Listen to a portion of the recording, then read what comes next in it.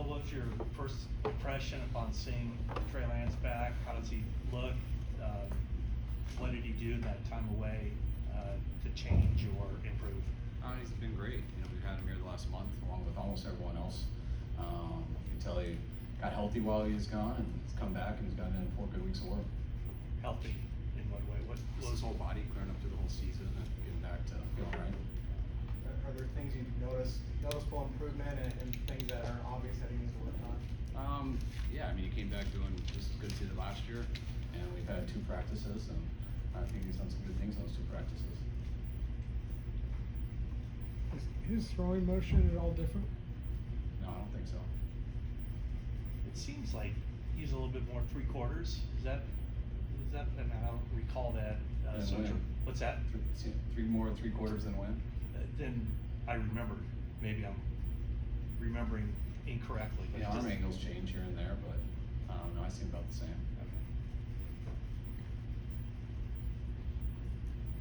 Do you have a list of injuries? Nope. You don't? You usually provide that at this time of the year. No, I answer questions. Oh, okay. Yeah. Gotcha. I know that's your favorite thing. It's always what is it? May? And I got a whole list right here, just in case you ask. Oh, yeah, But yeah. I don't have to really talk about all of them. Oh, gotcha. But you only get one question. Which one is it? Geez, who is, does Demetrius Flanagan Fowles, Aziz Al-Shire, are they injured? Yeah, Aziz had shoulder surgery at the end of the year. And knee surgery. He'll be preparing for training camp. And Demetrius just has some knee tendonitis, so we'll see how that goes for OTAs. Have you heard from Alex Mack at all yet? I talked to him here and there. I got a good idea. I've been in touch with him throughout the off season, through his wedding, through his honeymoon. He's in some other country right now, but I got a pretty good idea what he's doing. Can you say what the plan is? Same as last time. I'm gonna leave it up to Alex, you know, but I got a pretty good idea. I think you guys did too. Any stats on guys like Juszczyk and Trent Williams, both said just kind of your Pro Bowl guys that are right along with Debo, of course. Yeah, Juice got here for OTA1, so he's been here today. He had a personal thing with his family, so he had to leave today. But he was here yesterday. Trent, I expect to be here towards the end. We'll see. I know I'll at least be here from what he says was mandatory, and same with Bosa, and I'm expecting Debo also. Maybe you talked to Debo. I remember from last time, I'm gonna stop telling you guys when I talk to guys, and not talk to guys, because I don't wanna make that news. I have to keep up with that, but I talk to all our players. Do you get the sense though that things can get back to normal with the relationship between him and the team and him? Yeah, of course I do. And I felt that last time I talked to you guys at draft time, and I feel the same, if not stronger. Do you have clarity on, I guess, what the issue is? There's been some question as to why there's been some friction. Do you have clarity on why that's been? Yeah, the same thing I said last time. Nothing's changed. I mean, it's conversations we have with Debo, and maybe some more that'll come out eventually, but now's not the time. He was obviously focused, intent on having a really good season last year at this time last year. Really good off season. Do you see similar things with Brandon? Just the way he's handled the off season and how he's performing out there? Yeah, I think each year guys have, you know, you learn stuff from it, and you learn how hard this league is, and guys usually go 1 or 2 ways each year. They realize, man, I got to put more work in and prepare for that long haul, or man, that was exhausting and I'm going to avoid that as long as I can until I have to come back again. And usually the ones who get better and better are the ones who figure out what they got to do during the season, in the off season, prepare for that. And I think Brandon's done that each year. Debo's been awesome with that stuff each year, and that's why the usually veterans understand how to make it in this league a little bit better. When it comes to the quarterback situation, I know you addressed it at the owners' meetings, but is there a chance that it's fluid at all, or things still, are you still viewing it as Trey's trending towards being ready, and you know, things haven't necessarily changed on the Jimmy Garoppolo? Yeah, nothing's changed since his surgery. You know, we were where we were at before that, and then he got the surgery, so everything went on hold. I expect him at some time most likely to be traded, but who knows? It's not a guarantee, and it's been exactly on hold when that happened. And when he's healthy, we'll see what happens. about run skill? Run skill, same thing as Lance and tendonitis. We're holding him out. Maybe towards the end of OTAs, we'll see how this goes, but we'll be fine by training camp. What's the purpose of the helmetless 11 on 11? Just because we're not trying to go team quite yet, and we're trying to slow it down to the line and D-line, and we were trying that out these 2 days. We'll try it out again on Friday, and then we'll reassess next week. You've got a new wide receivers coach. How would you sort of compare the personalities and the styles with Wes, going from Wes to Leonard Hankerson? I mean, they're both their own person. It was awesome they were in the room together last year, so they got to, Hank kind of watch how Wes did it, so he knows exactly what everyone's expecting. I got to coach Hank for, I think, 5 years as a player, so he has a lot of experience doing that stuff. And their personalities, I think, are somewhat similar. You can ask Hank when you talk to him what the difference is, but they're both their own man, and I think the players respect them a bunch. Have you got a chance to see, Barisi and Kubiak working together, and what have been your first impressions of that sort of dynamic? Yeah, they've been great. We had them here about 4 or 5 weeks before the players got here, so we got to go through a whole process of what we do. We got to study college guys together, so you got to go through all this stuff and really learn what each other are about. And they've been working with the quarterbacks the last month, which they do an awesome job at. They really dive into the detail of every little aspect of it. I think they've been great getting along with all 3 of our quarterbacks, and they've been good on the field here these last 2 days. Rookie mini camp was good, but finally getting out there with with our guys today and yesterday is really when it starts going, because you get a coach out there, then you get to come in and watch film, you get to review the film as coaches, so you all get on the same page, and then usually the next day they review it with the players. Do you see a big difference between what Trey Lance looked like now on the practice field compared to a year ago at this time? No, it was the second day of OTAs, so I don't really look at anyone that way. This is just the start of guys going out, getting a little bit of football in, and we got 9 of these, and then we get away, and then we start training camp, which is the real deal. It might be too early to tell, but Tarvarius Moore, can you kind of gauge if he's back to full speed after that injury? And he's back to full speed and health, so he's out there going and stuff. I mean, again, it's been 2 days, so today was the first day we did a 2-shell defense, so it's been good that he's healthy enough to get out there, start working back in, and get into football shape, and give himself a chance to compete for a job here when training camp comes. With Warner and Kittle, I just want to make sure they're not injured, or they're just spectators getting a rest day? I mean, both of them have some similar issues, so we're being smart with them. They could go, but there's not much need for them to go right now. We'll see if they go towards the end of OTAs, but there's a good chance we'll hold them out to training camp. What would their issues be? Lower half. Hockey. Yeah. LBI. Not enough for me to really look into that hard. Gotcha. It's not that interesting to me. It'll be all right. How about Aaron Thomas?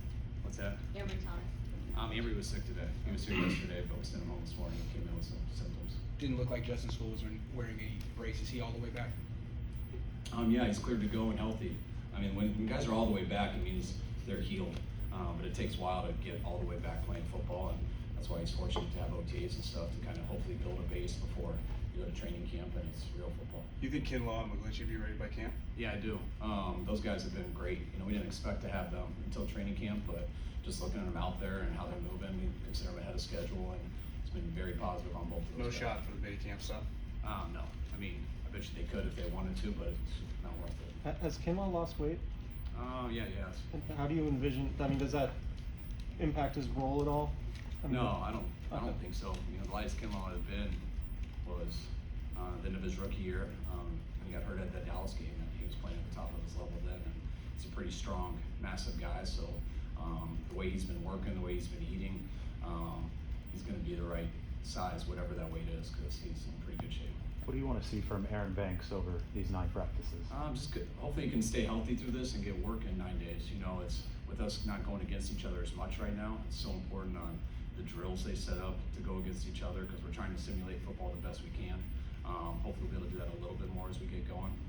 But just to be able to have no setbacks, go through it healthy, and really when he leaves here, be in a great position to come back in 40 days and really try to get a starting job. Your eyes more naturally track the wide receivers rather than like whatever new cornerbacks you're trying out right now when you're in person and then studying more on film? On person, because I know where the ball's going when I watch the receivers. I can see the coverage, I know where the ball's supposed to go, so you know where to watch. And when I'm on film, I go through it a bunch of times because I try to find the time to watch all the guys out there. What do you think of how Shavarius Ward's come along? I I think he's been great, you know, just having him here for the month of phase 1 and phase 2, just having him here with the guys, going into drills where we haven't been doing a ton of football against each other, but just all footwork drills and stuff like that. He's as talented of a dude as we've had here. He's been a great guy, loves to work, doesn't say a lot, just goes out and gets his job done, and seems like he fits in very well. Will Brett likely to maybe come back in camp? And Yeah, that's what we're hoping for. We were pumped to get Jason back, and we know it's been a hard recovery for him, like he's gone through a number of times, but I know when he got back here and everyone saw him, everyone's pumped to have that guy back, and we're all pulling that he can get healthy for training camp. How does your process building the run game without Mike McDaniel, now it's Chris Verster, how does that change your process at all, or? has it- Not much. I mean, you know, him and Chris would work together most of the time, and me and Bobby worked together most of the time in the pass game, and then we'd always meet in the middle and change stuff up as a group, and just have one less guy there. So there's certain parts, I mean, I'll always miss with Mike. I mean, Mike been around me for a long time, lots of stuff he could do for me, which was awesome, and it sucks not having him now, because sometimes I gotta do it, and not always do I want to. And you ask someone else to do it, and they do a great job, but then you realize, oh, he wasn't here 7 years ago when we learned not to do it because of that, or 12 years ago when we did. So that there's a process with that stuff, but that's what's good for the off season. That's what's good for OTAs. So you can ask guys to do stuff, you expect it a certain way, and then you come in and you learn what that guy doesn't know, and he learns what you want, and hopefully you get that stuff right for the season, so it's smooth throughout the year. How do you come up with a play, not to compare you to a songwriter, but there are some guys that sit at a bar, write stuff out on a napkin. How does the origin of a play start with you? What I see on the defense. I mean, there's not these secret plays that we carry this, I always say that notebook around and have, what is it, water boy. That someone's gonna steal someday and then we're screwed. We all run the same plays. It's how you time together, how you design them, how you put certain guys in certain positions, how they have answers versus not the perfect look, but all the looks. And that's really what it comes down to, timing and preparation and understanding what works against defenses and understanding what works against defenses and what your players can do versus those defenses. How much of your time up to this point has been just doing that, looking at, you know, teams maybe you didn't play last year but will be playing this year, or just looking around the league at defensive trends and what works and what doesn't, and where you think the next evolution will be? I mean, that's what I do more when I'm bored and just have my own time. I like to just turn on teams and watch stuff, whatever it is. But usually this times, I mean, if you know, there's a month dedicated to getting ready for the draft. When it's not that, it's usually coaching coaches. You know, whether you have a new staff or not, it's, you know, watching film with them, saying it how you want, hearing how they see it, telling them how you see it, like, and just trying to get everyone's on the same page. And everyone wants to be on the same page, but there's also things that you want done that they haven't done. So you try to train them in that area, and then it gets better through the experience of it. And then you try to hear aspects from them that they've done it differently that you don't know, which sometimes will have me change something up. But at this time of year, before the players come in, we're mainly coaching coaches. When you brought Denard in, I guess it was late last year, I'm sure it was kind of like you needed somebody and he was available. And has he shown you more than you expected, either from last year or this offseason? Yeah, I mean, he showed me more last year than I expected. Anytime you bring someone in that late, you know, there's not a ton of choices that time, and to have someone like him who has had the career he's had and done some things like he has, you know, I knew the name, but for him to come in and throw him at that nickel position, which he was a little new to him, we could just tell. You know, we had a number of guys get sick. You know, one was K'Wan with COVID. Our whole secondary with COVID for the Rams game. I'm just watching him take those reps all week. We were ready to go with him. If those guys didn't come back, I think it ended up being Dante who came back the day before. But we were excited last year and have him here throughout the whole off season. Not just the end of last year, being able to work with him in phase 1 and phase 2, and the 2 practices today. He shows he's got a chance. Kyle, just what are your initial impressions of Ross while we saw him make a few good catches with Trey Lance? Ross. He's gonna catch everything. I mean, he's got as good hands on our team. He's always in shape. He's always improving to get better. He usually puts on some size at this time, going to Kittle land where they just lift weights and get bigger, I guess. And they come back here and we get him running and get him more into football. And Ross is always ready to go.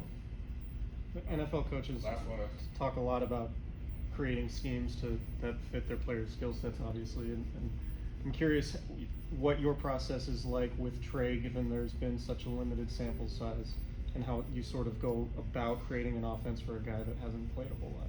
Yeah, there's certain principles to what you think a quarterback has to do, you know, and for everybody. I mean, you love them to be able to do the drop back game, the play action game. You love them to move them out on bootlegs. You'd love to have big throws, short throws, screens, everything. And there's a time in every game that you usually need one of those. So you try them in everything. And almost every quarterback at this level is capable of doing everything. But you find how consistent they are. And there's going to be certain areas that are his strengths and certain areas that are weaknesses, just like every other quarterback I've coached. And you put them through all of that. You don't try to hide it, you try to understand it. There's usually nothing that you can't do, but you find out what's hard on a person. So you do that if you absolutely have to. And you always try to find avenues to where you put them in an advantageous situation where they're confident because they know this is automatic. You know they can do that. And eventually people take that away and you got to go to the next thing. And you got to get good at that so you can bring the other team back. And I think that's kind of the story at every position. All right, guys. Appreciate it. All right, guys. Thank you. Thanks.